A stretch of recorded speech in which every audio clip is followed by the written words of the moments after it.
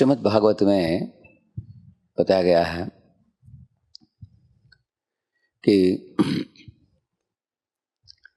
जैसे एक काष्ठ होता है, अगर एक अंधेरे कमरे में एक काष्ठ हो, उससे तुरंत कुछ लाभ नहीं प्राप्त होता है। लेकिन अगर काष्ठ से धुआं निकल रहा हो तो थोड़ा क्रिया चालू हो गया है। लेकिन अगर काष्ठ से आग निकल रहा हो तो रोशनी दे सकता है सारे कमरे में।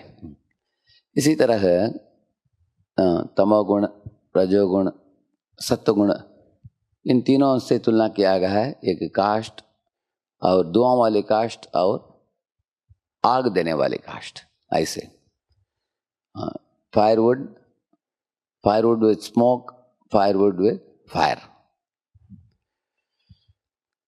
श्री प्रभुपाद जी कहते हैं इस दुनिया में ज़्यादातर जीवराशियाँ खाते हैं, पीते हैं, सोते हैं, मैथुन करते हैं, मर जाते हैं एक दिन।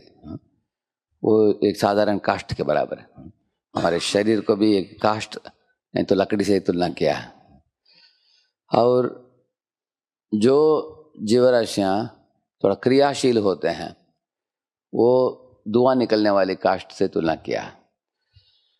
लेकिन जो क्रियाशील भी होते हैं, अभी बंदर भी क्रियाशील है, लेकिन वो दूसरों को तकलीफ देता है, वो तंग करता है।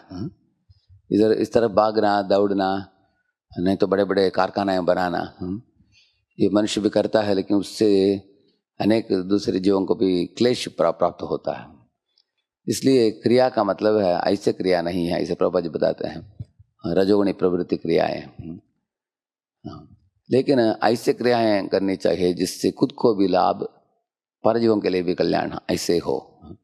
इसलिए भक्ति मार्ग जो है ये बहुत क्रियाशील मार्ग है, जिससे जनता के कल्याण के लिए, भगवान की संतुष्टि के लिए किया हुआ जो कर्म होता है वो ऐसे क्रियाशील होने से वो किसके बराबर है? जिस काष्ठ से आग निकल रहा हो उसके बराबर है। तो वो सत्वगुण में जो व्यक्ति स्थित होकर कार्य करता है वो खुद के लिए भी कल्याण कर सकता है, दूसरों को भी कल्याण कर सकता है। जैसे हम लोग प्रातः काल में निद्रा को छोड़कर उठते हैं, आचार्य की श्री चरण में पढ़ते हैं और भगवान के दर्शन करते हैं, भगवान को झुकते हैं, उनकी कीर्तन, आराधना इत्यादि करते हैं, नाम जप, भागवत की श्रवण इत्यादि। तो ये सब अनेक क्रियाएं हैं हमारे संस्था में। लेकिन ये सब क्रियाएं सत्वगुण में स्थित होकर जो करता है उस व्यक्ति के चित्त को शुद्ध करते हैं और सारी दुनिया को भी कल्याण करते हैं। इसलिए एक व्यक्ति को अगर सत्व में स्थित होकर इन सब कार्यों को करके लाभान्वित होना हो तो सर्वप्रथम उनको स्वाध्याय और साधु संग और साधना, ये तीन चीज़ बहुत महत्वपूर्ण है। कुछ लोग स्वाध्याय करते हैं, स्वाध्याय करके बड़े पंडित बनते हैं, लेकिन ज़्यादा भक्ति जगता नहीं उनके हृदय में। लेकिन स्वाध्याय करके अगर साधु संग करेगा, साथ में आकर संग करते हैं दूसरे वैष्णवों के साथ, तब इनके अहंकार मिट जाता है, सद्गुण जग जाते हैं। और ऐसे सही मनोभावना के साथ अगर कोई साधना करता हो, नाम जप करता हो, भगवान की पूजा आराधना विधियों में जुड़ता हो, ऐसे व्यक्ति के हृदय में प्रेम जग जाता है। इसलिए भगवान की सर्वप्रथम समझावट शास्त्र बताते हैं कि परम ज्योति, और भी निकट जाएगा कोई परम ज्योति की ओर, वो समझेगा सर्वभूत गुहावासम, हर जीव के हृदय में भगवान अंतर्यामी के रूप में विराजमान है।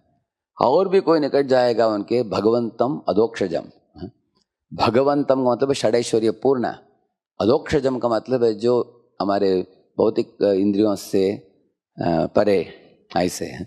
तो इस तरह भगवान जो षडैश्वर्य पूर्ण सुंदर भगवान है, उनको अगर हृदय में हमने जगा लिया, वो काष्ठ से आग को जगाने के बराबर है। क्यों? जो आग को आपने जगाया वो काष्ठ को ही जलाकर राख बना देता है। इस तरह भगवान की प्रेम जग गया तो हमारे भौतिक शरीर और स्थूल और सूक्ष्म शरीर, इनको वो मिटा देता है और आत्मा परमात्मा का संबंध एकदम प्रबल बन जाता है। तब एक व्यक्ति को पुनर्जन्म नहीं लेना पड़ेगा उसको। तो आत्मा परमात्मा की प्रेम कैसे जगाया जाए? तो नाम जप से और भागवत श्रवण से इस तरह के आग परमात्मा के साथ ही तुलना किया गया है। जैसे काष्ठ के अंदर आग छुपा हुआ है, इस तरह की एक जीव के शरीर के अंदर परमात्मा भी छुपे हुए हैं आत्मा के बाजू में हैं। लेकिन आत्मा परमात्मा के संबंध को हम लोग बोलकर इस दुनिया में भटक रहे हैं। लेकिन भगवान के नामों का उच्चारण से, भागवत के श्रवण से सत्वगुण में स्थित होकर ये 64 क्रियाएं जो श्रीपाद रूप गोस्वामी ने दिया हमारी परंपरा में, इस तरह करके कोई भी जीव अपने भगवान की ओर प्रीति जो है उसको जगा सकता है और बार बार आवागमन को रोक कर भगवान के श्री चरणों में नित्य निरंतर स्थान प्राप्त कर सकता है। हरिनाम प्रभु की